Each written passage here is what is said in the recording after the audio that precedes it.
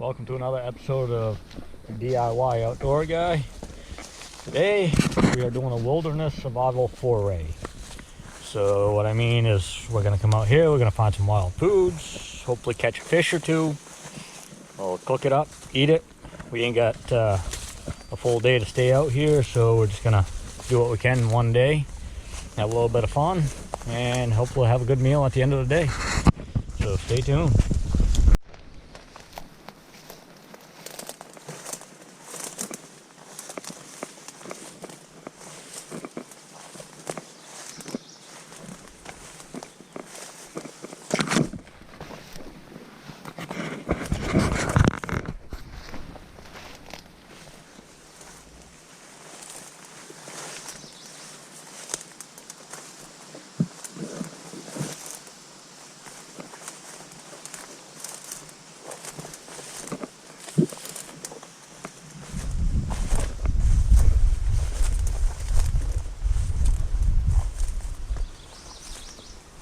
There we go.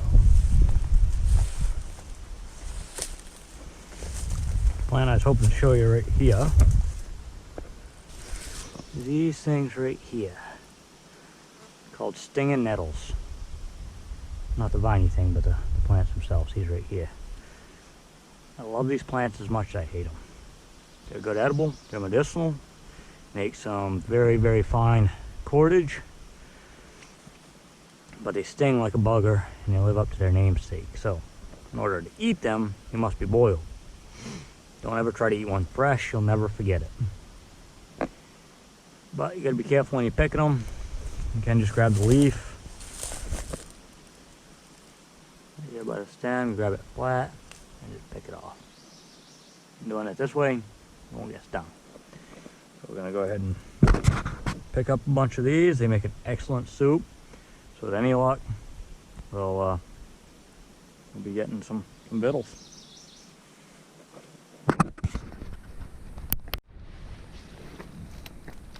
Alright, so always picking some of them stinging nettles on this dead tree top. Alright, again we're gonna try to make our own fishing hooks. The idea behind this is called a gag hook. Right, so be careful not to slice yourself open. Just sharpen both ends of this stick.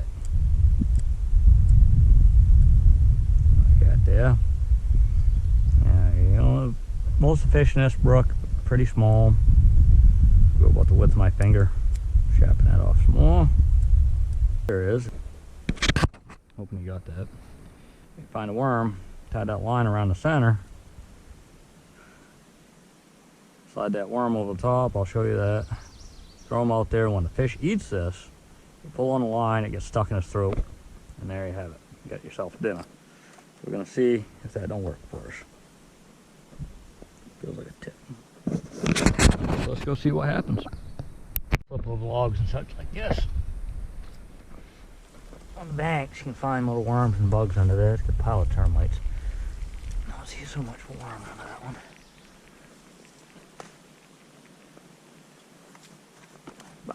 Keep working at them. You'll find a worm sooner or later.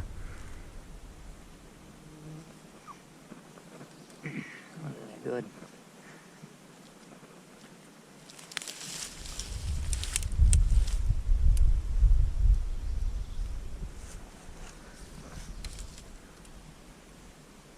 Oh, there's one right there. A little wormy right there. There you have it. We got bait. Yeah, so like I said, we're just going to tie that gag hook onto our string here. Yeah, and I apologize for cheating. I should be using cordage, but I ain't got a whole lot of time today. So hopefully that's going to work like we planned. We got that fat worm that we found. We're just going to slide him on there, we hope. Go down a little further away, a little more meaty. Alright, there you go. Work him up that gag hook.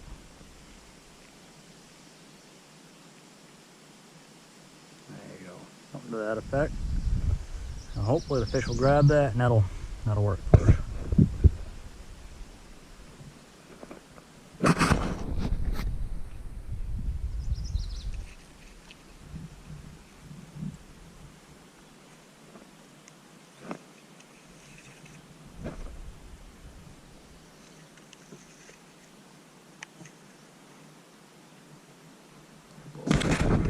Look at it, you see? We got something worth eating. Floating a little. There we go, that type of thing.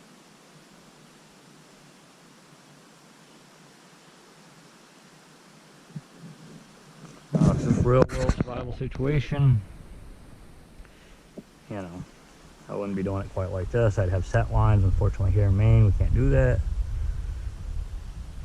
With good reason, but it still makes practicing for the real world survival situation a little more challenging. But that's the name of the game. Adapt and overcome. Well, I just had to hit at him. There he goes. Oh, I missed him. And he got my worm. All right, let's go flip over some more sticks and see if we can find another one.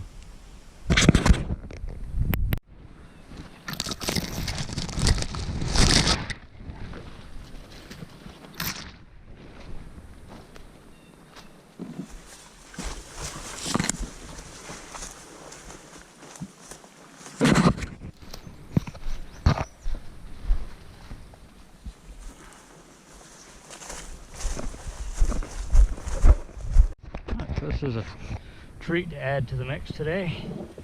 That right there, dandelions. That's right, your typical weed. One that grows over your lawn, makes you nuts. But it's an absolute wonderful edible. Even though I'm sure you know what this one is, stand by, never eat something without knowing what you're eating. Best way to learn how to do all this, you know, you can always take what time you can to go out in the woods for an hour or two and just take pictures of some of these leaves. And then you start looking at field guides, start learning how to identify some plants. But I highly recommend, you know, a survival course, or the best way is a survival course, or at least find somebody that knows what they're looking at to go out with. Because the main thing about it is safety. You want to be safe out here. This is true Mother Nature. Mother Nature, although this is our home, so to speak, Mother Nature ain't always forgiving. And out here, it could truly come down to a life and death situation. You eat the wrong plant, you eat wrong mushroom. I don't recommend eating mushrooms, again, without knowing 100% what you're looking at. Speaking of mushrooms, this right here, there's a birch polypore, one of last year's. You can see the pores are all gone and nasty. But this was the Ortiz mushroom. The Iceman, Ortiz the Iceman, had that on him. It's medicinal, not overly edible, but it is a good one to learn.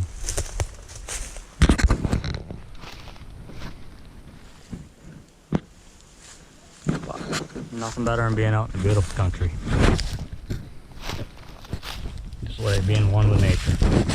It's all about.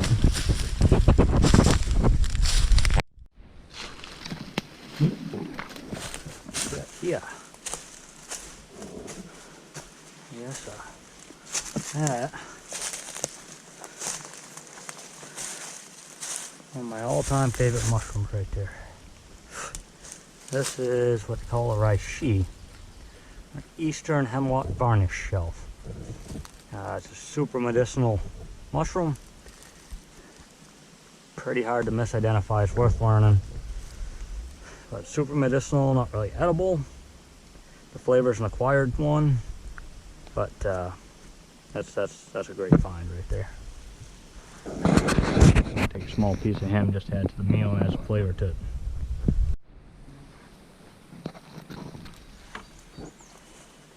Absolutely beautiful. Walking along, looking, as we always do, and I could smell it. Right there is some wild spearmint, which, you know, it's a wonderful herb, same stuff you'd grow in the garden. So we're going to take just a smidgen of that, just add to our little meal here once we're done, and we use it as some good flavoring. Hopefully you can see that. So yeah, there it is. Alright, so that right there, turn out of the way, a red-belted polypore. That is one of the few reishi looking species in the state of Maine. Again, it's got a poor surface. Again, Never take my word for it. Never go play with mushrooms if you don't know what you're playing with. Carrying on. Through, and we just found a pile of dryad saddles, also known as pheasant backs. Unfortunately, these ones have all gone by. Really hoping to add some of these to my meal today, but I'm yet to find any fresh ones, so I'm thinking I kind of missed the season. They were young. You could see these edges would be all young looking, all kind of rolled in instead of fanned out like that. It should be nice and light brown colored. There's the name of the game, the whole pile of them there. But again, don't ever eat a mushroom without knowing what you're looking at. Those ones I like. We kind of switched up our game a little here. Make a little bit more of an actual rod out of this rig. Trick to using kind of a cane pole, even though this is a short one, is tie it back towards your handle a little bit. That way if the rod tip breaks, you don't lose everything. Alright, finally got one. On the gag hook. You can see the gag hook wedged in there perfectly. Unfortunately, it ain't a brookie, but this little guy ain't gonna live through this, so he is gonna be dinner. Right, hopefully catch one or two more, but there you see, gag hook does officially work.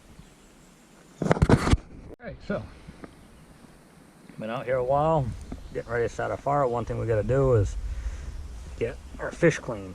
So if blood and gore makes you squeamish, I recommend you fast forward a little bit.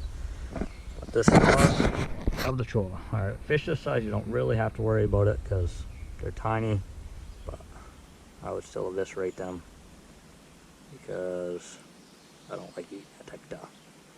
Right, just slice them off the belly there, from the vent up to about the gills.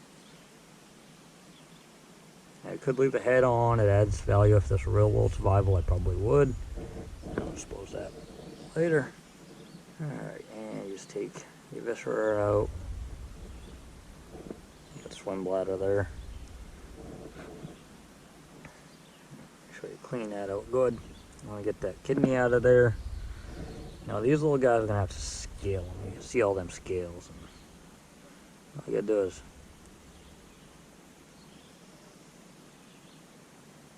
scale, but anyway, you just scrape those scales off them guys. Not to get them all, but I don't like eating scales. Take them right off just like that.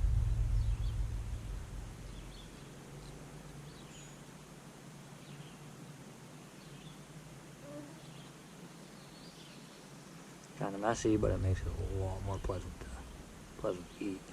So rinse that one off. Yeah, he is ready for the pan.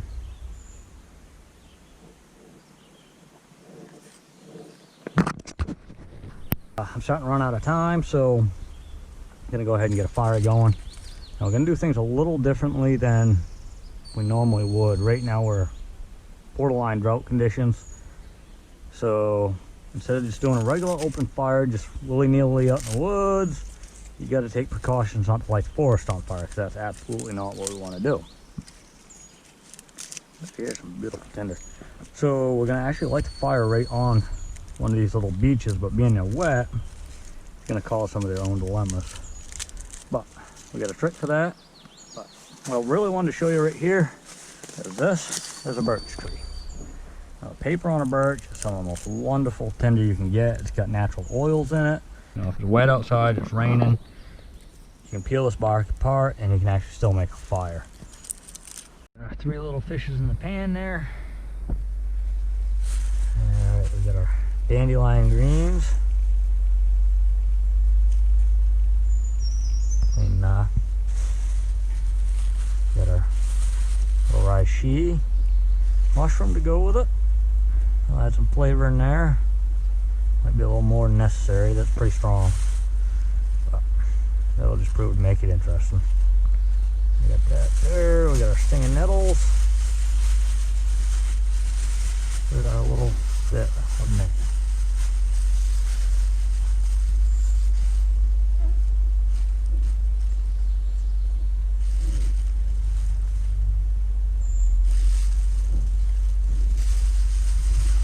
Stuff them all in there. That's gonna cut down pretty good. Well, it should anyway.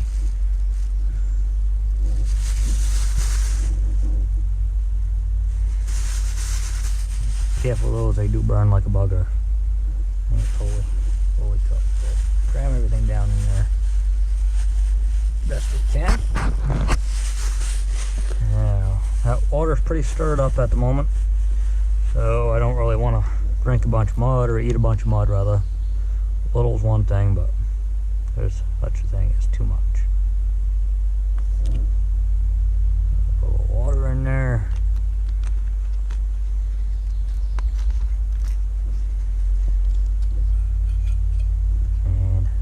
Cap on there, in there that we can. There you go. And there we have it. I'll hang him where our fire to be. That way when we spark this up, all the heat's going right to our food here. Less time that we got to burn the fire, the better. Make sure you're going to set pretty level because you don't want him splashing all over the fire. Alright, I was hoping to start a bow drill for you, but I really don't have the time, so we're gonna see. I might be able to spack this tinder up.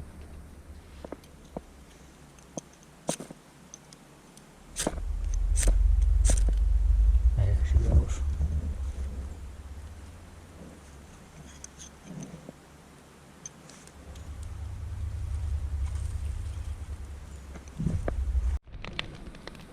So we're just gonna keep loading them up. Use small stuff. Burns hotter, burns faster.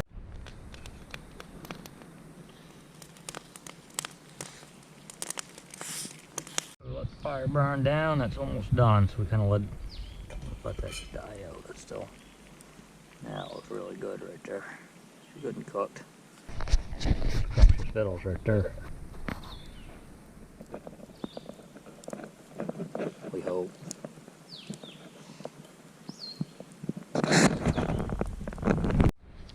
Yeah, it's cooled down a bit, so we're going to give this a go. Hopefully this is something worth eating. Some of these camp meals are sometimes quite interesting. Let's have a look at it. Beautiful stinging nettles fish chowder.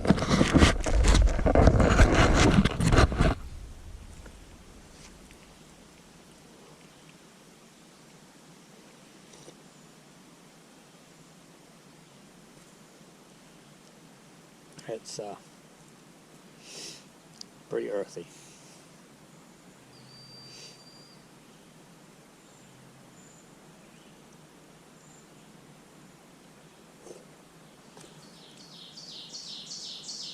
Need pepper. Oh, not bad. I was starving to death. This would be a damn good meal. But it's well earned. It's off the land. I'm going to enjoy the rest of this. Thank you for joining me today. I hope you somewhat enjoyed the video. And again, we're back in production, so hopefully there'll be plenty more to follow. So until next time, I'm on a DIY Outdoor Guy. You make sure to get out in the woods and have some outdoor time. Until next time. Later.